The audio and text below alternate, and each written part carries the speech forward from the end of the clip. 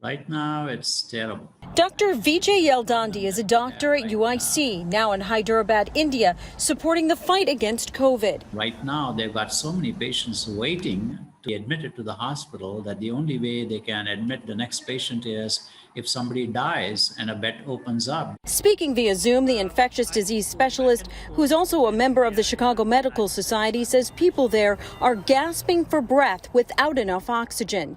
Nobody is even thinking about putting anybody on ventilators because by the time somebody is so far gone out that they land on a ventilator, they rarely ever survive.